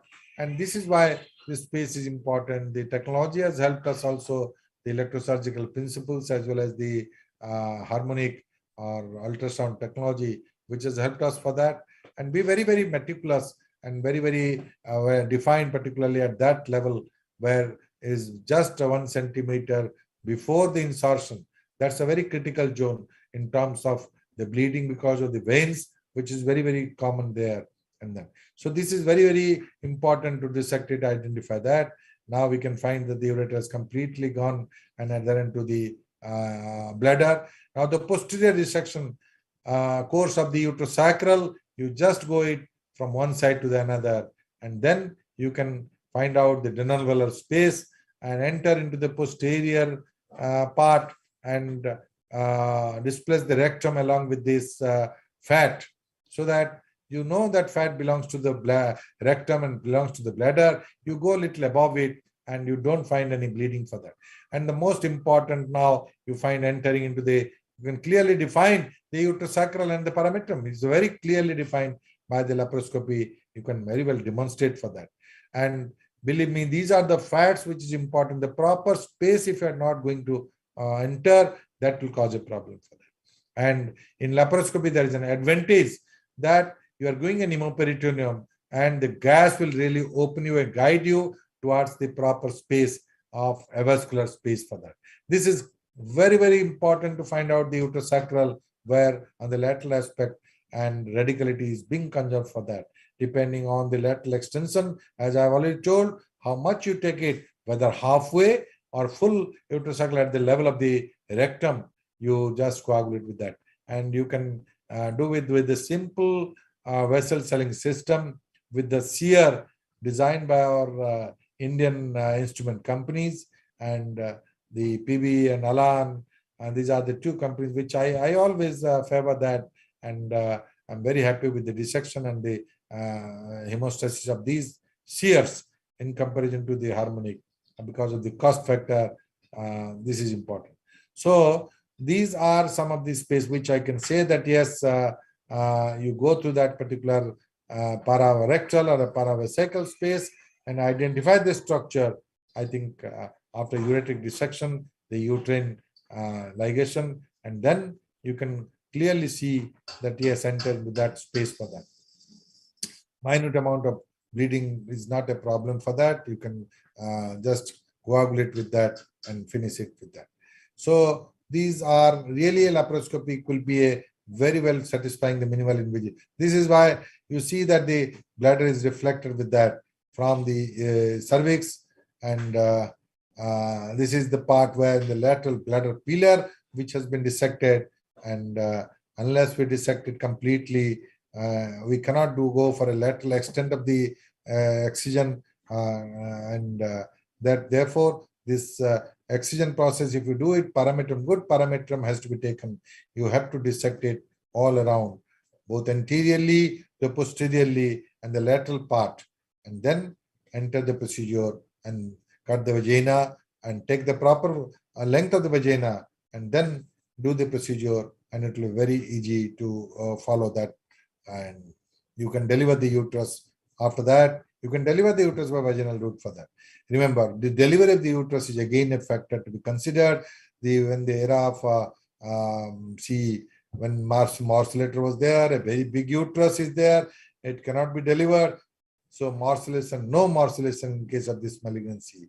I think these are the cases where even manipulation of the uterus, even the uterine manipulator or the myoma screw has to be restricted for that. And because of that, you have to, this is a small uterus, it can be delivered through the vagina, and these are all lymph nodes. Then the procedure of lymphadenectomy over the external iliac. There is a chain of lymph nodes which can be just removed it in chain, and this you can find that the obturator vessels will find it at that level, and the whole chain in block you must deliver it, and with the harmonic or with the sear you can do the procedure very comfortably, bringing from the lower part, identify the internal circumflex vein crossing the the external iliac artery, and that is the limit. You don't go much above, much below that, and the above is the common iliac mid-level, and you can clearly dissect it above the external iliac artery and vein. Both external iliac artery and vein are there. There are small twigs, and that is being tackled with the just one blip of the bipolar vessel sealer for that. But this is important. Don't pick up one particular node and then change it. The whole chain has to be found out for that. And now this is entering into the obturator fossa, and to find out the chain obturator node. And here is the limit, the lowest limit of the obturator node. And on dissection, you can find the limit is again an obturator nerve. And this obturator and internal iliac in one chain, you can do that, and you can do that. Now, individual variation is there about the lymph node number, lymph node characteristics. There is a variation of that, and of course, according to the involvement of that, the lymph node size. As in previous case, we have found a large lymph node which comes out to be positive for that. So all around, you can see the skeletonization of the vessel, which has been done by laparoscopy, and the chain completely can be delivered, completely can be dissected right up to the level of the common iliac. And common iliac, right up to the level of the common iliac, and if you find the presacral also, or parametrium area, rarely we find also, that can be delivered for that. Now, this is the limit. You can identify the obturator nerve. I think the obturator nerve is the limit when you can find, and the obturator and the internal iliac can be very well dissected, and don't go below the obturator nerve. There is nothing, no node is there on the obturator, below the obturator nerve for that. So whole thing is skeletonized. You can clearly see the anatomy of the nerve, the vessels, the external iliac artery, the external iliac vein, and do the procedure. One of the tricky things is that the internal iliac vein. Internal iliac vein is a very, very short, and that creates a lot of problem. The length is very small, so don't enter into that. While entering into the obturator fossa and internal iliac, just below the internal iliac lymph nodes lies the internal iliac vein. So therefore, meticulous step has to be taken, knowing the anatomy of this internal iliac vein, just lying below the internal iliac node. And the other side, this is the other side, which is again going for that. The lateral extremity is the psoas. The lateral part is the psoas muscle, which is the limit of the psoas muscle. You can find it out for that. And of course, you can identify the nerves, and you can do a nerve sparing surgery in some cases for that. This is a typical sear, which is there. It's not a typical sear, is much better than the harmonic, which you find very, very the cost effective. The country like India and place like Orissa, I think this, I'm very, very happy with this type of sear designed by our Indian company, instrument company for that. And you see that how beautifully the skeletonization has been done, and the whole of the chain is being just delivered it for that. Now the question comes whether in these cases should be done with 2D or a 3D. I think 3D advantage is much better, and therefore we say that if at all the robotic has a place, because the 3D component is there in the robotic surgery. But When a 3D telescope is there, 3D camera is there with you, I think no chance. There is no better advantage of robotic and spending so much for that. It's a marketing gimmick for that also, I feel. And these are the cases where non-robotic with 3D, you can do a much better thing for that. And you find that the whole thing here, you can find that going to the deeper level and the parametrium for that. And there you must be very, very cautious about the intrailiac vein. The vein causes a real problem. It's a very, very small vein for that, but distinct node can be found out in that particular operator fossa, which you can just find it out. Be very, very gentle. Hemostasis to be there for that also. Knowledge of the anatomy and the different space finding, the pelvic space entering. If these criteria is taken into account, I think you can do a good job and you can do a much better procedure than conventional laparotomy for that also. And laparoscopy has really a benefit for that. All studies shows that yes, although the laparoscopic radical has become contraindicated in carcinoma cervix because after the LSS trial, but for endometrial carcinoma, there is no controversy. And particularly these are the cases, there are some additional advantage because the patient profile are obese, diabetic, hypertensive. So because of the obesity and all that, there is a restriction of giving a anesthesia, starting from the anesthesia to the different post-op complications and procedure where the endoscopic method is a great advantage for that also. Even with the regional anesthesia also, this procedure can be done.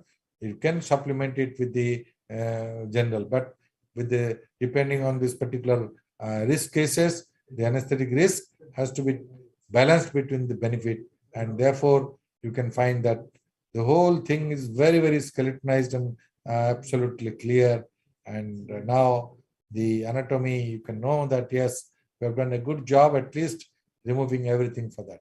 But at the same time, the indications of the pelvic lymphadenectomy has to be there. Where not to do it, I've already told. Where without an early stages and in type 1, I think there is a place for the only hysterectomy, type 1 hysterectomy, and that can be done even vaginally also. So these are the methods where laparoscopy has a real benefit over the conventional laparotomy for that.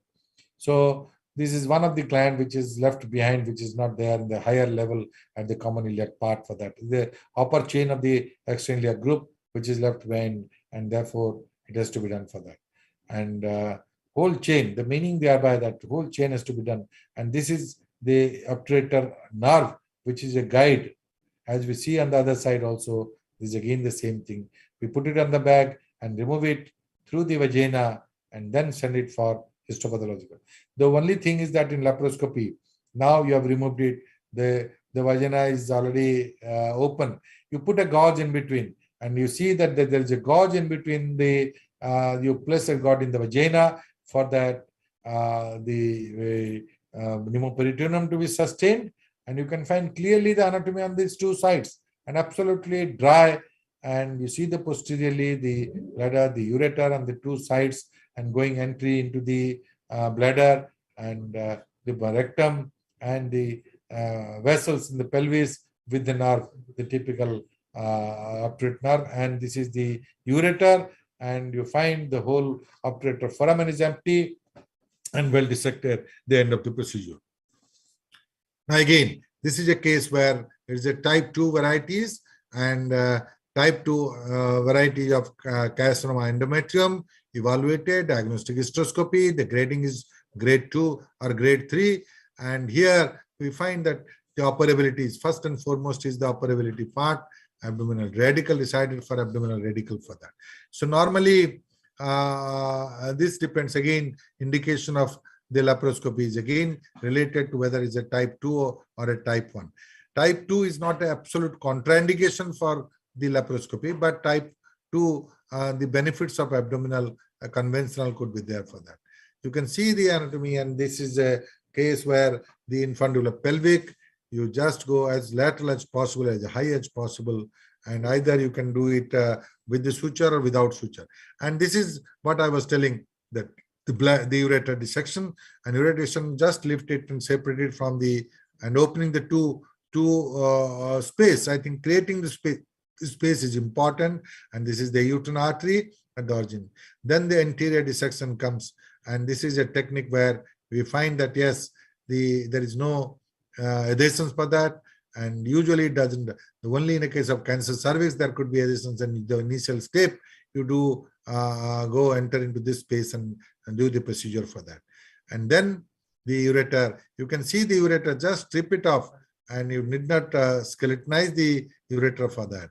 And that is the end of the procedure of ureteric dissection. Then the uterine artery is very important. Then you go enter into the tunnel.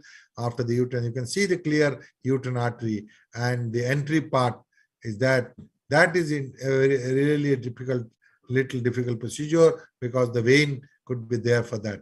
The roof, the tunnel, the endometrium is there for that. The tunnel of the ureteric tunnel. So these two spaces is important to identify, and then go for that. On the opposite side, you have again dissected the opposite side. Here, the transversely the uterine artery crosses the external iliac, and that point is important. So dissection in the course of the ureter up till the level of the uterine, and then the uterine, you can beautifully find out the uterine, and then go on the opposite side to tunnel.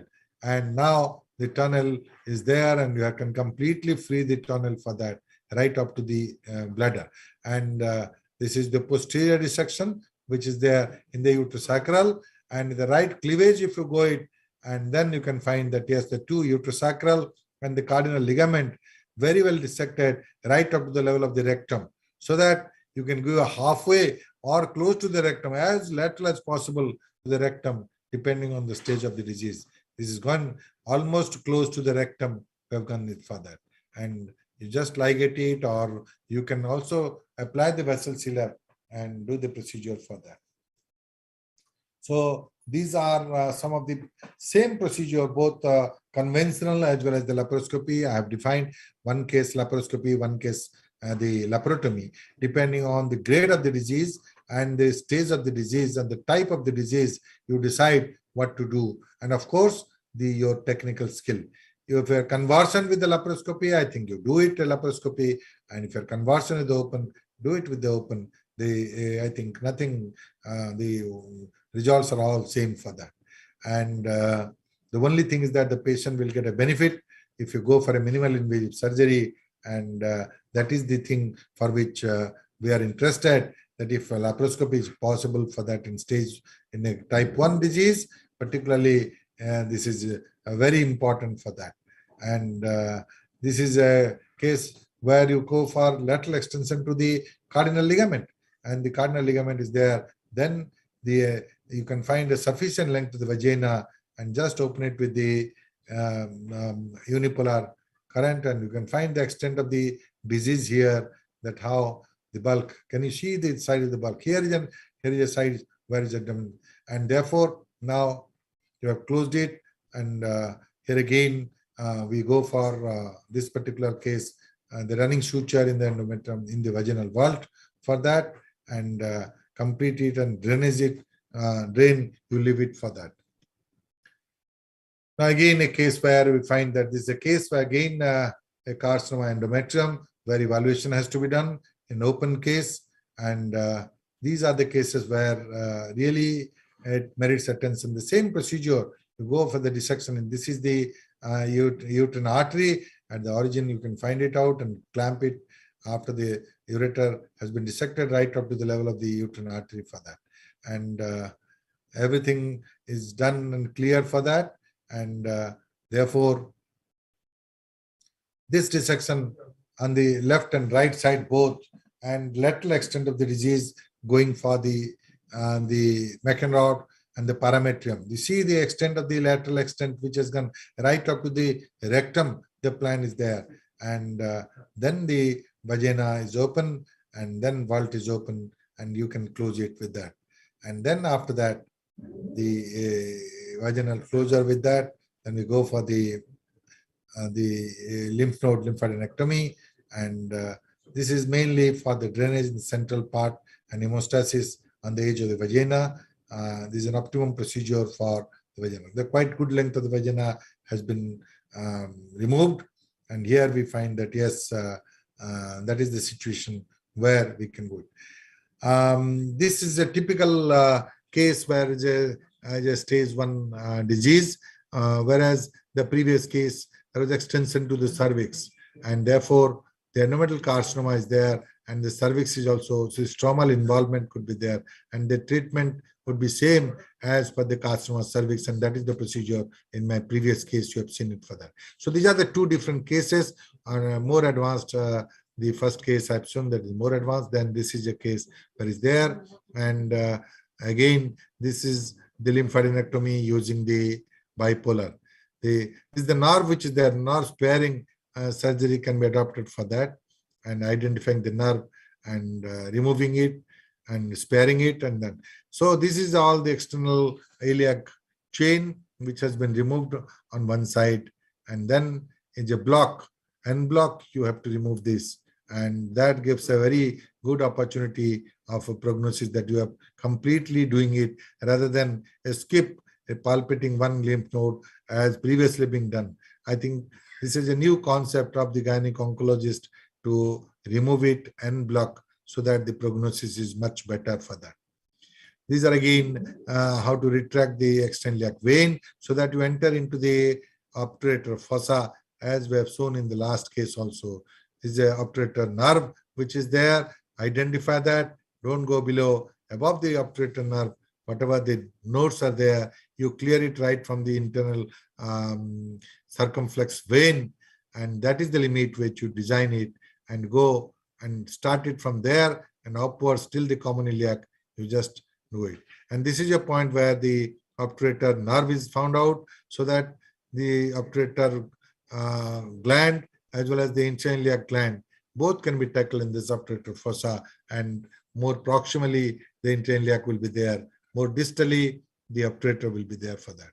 So this is the whole chain of lymph nodes that has been dissected and removed, and little bleeding point can be tackled with the bipolar forces for that. And the ureter, the obturator nerve, and the external iliac and the external iliac artery and vein both are visible on that. And then this is the opposite side which you are doing it. The other side, same procedure. We do it with the bipolar, with the proper anatomy. You can dissect first the external iliac artery and vein right up to the common iliac. You go it, and there's the uppermost part is the right is the common iliac chain. You can find it out for that, and then you go to the obturator fossa, just retracting the external iliac vein laterally. You can enter into it, and deeper, the main identifying factor is the obturator nerve. I think these are the, at the end of the procedure, the beautiful anatomy which has been shown. This is the uterine which has been ligated, and there is the external iliac artery, vein, the ureter entering into the bladder, and the obturator fossa completely cleaned, and the rectum has gone more posteriorly for that. So this is abdominal carcinoma, the abdominal radical for a carcinoma endometrium in a type 2 variety where pelvic lymphadenectomy has been adopted for that. And of course, we have done in this case, CT doesn't reveal anything on the parametrium, and care is to be taken to target whether the parametrium is involved or not, but intraoperative analysis will show that. And then because it's a stage 2, I think even if we do not find the parametrium involvement, the para-aortic and lymph, the omentectomy is being contemplated here. Here, the stage 2 and grade 3 varieties, the option is either you send it to the frozen section, or you can do the more radical procedure, presuming that in this particular variety, the chances of the nodal involvement of para-aortic is much more for that. And also omentum. Some people do a omental biopsy and assessment of the node, but I think depending now, it's very clear that in the type 2 varieties, non-endometrioid variety, I think there is a sufficient indication of this particular approach of more radical procedure, including the omentectomy and the omentectomy procedure is there, and para-aortic also should be involved. It's a difficult procedure, para-aortic, but skilled hands, we can do the procedure. The risks are much more. If you are very, very careful on the perforating veins, identifying the structure, the ureter, and the renal vein, I think you can do a good job for that. And be cautious about that particular thing for that. Now, here is the case where we find that, yes, it's a very rare case where we find a double ureter. Can you see that is a double ureter which is there on either side? The same procedure is there, but the double ureter. At times, some congenital anomaly behaves the problem for that, and therefore the double ureter is there. Giri has found a really a typical case where the job is finished for them. Here again, we find the para-aortic lymph node dissection. After the clearance of this is the picture. We find the renal vein, we find it, and the crossing, and the common iliac, the aorta, and clearly the upper limit is the inferior mesenteric artery, and whole thing has been cleared both on the right and left side with special precaution to the perforating veins and the torrential bleeding for that. So this is open method, and this is the ureter of the right side, which is there, we can see. And these also the proficient endoscopic surgeon can do the para-aortic dissection also. With that, routinely they can do it. But para-aortic in endometrial carcinoma is also indicated. I've told that in type 2 varieties, in advanced cases, and where we pick up the para-aortic by suspicion by the CT. I think these are the only indications where you can do that for that. So this is one of the para-aortic. And this is again a para-aortic after the completion of the procedure, the little oozing and in small injury to the veins has been repaired with that. And that is that gives the pleasure of removing that. This is a very good thing that, yes, there is liable to injury for that. But at the end of the procedure, you can find that everything is good and it is clear. All the anatomy is very, very clear for that. And then this is an omentectomy, which I initially also have shown that. And this is a procedure of omentectomy, which is being adopted even in a case of the endometrial carcinoma in the non-endometrioid variety for that. And be very careful about it. The cautery helps us, and the vessels is very, very important. The good hemostasis has to be done. And this is a unipolar which cuts it and all that. As at any point of time, just touch it at the bleeding point will be there. If you are going to the proper cleavage, just taking care of the vessels, smaller vessels, trigger vessels, I think you can do a good job in the omentectomy for that. So omentectomy is one of the procedure which can be needed, not routinely in a case of endometrial carcinoma, but routinely in a case of ovarian carcinoma, this is necessary. But there is a place of omentectomy and para-aortic lymphadenectomy in certain cases of endometrial carcinoma of grade 2 or type 2 varieties, and when the metastatic were demonstrated by CT, you can find it for that. Thank you, Sanjay. Thank you, Alad, for that, for giving me this opportunity again for this 26th episode. And I apologize for the little problem in between because of the digital break of the connection of that.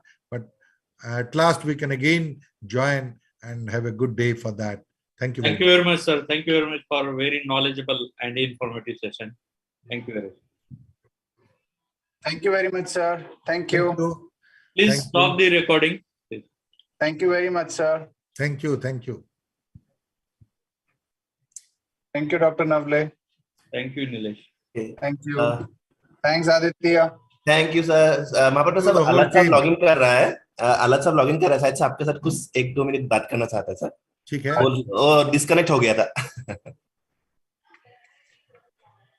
Please stop the recording. Control recording stop कीजिए।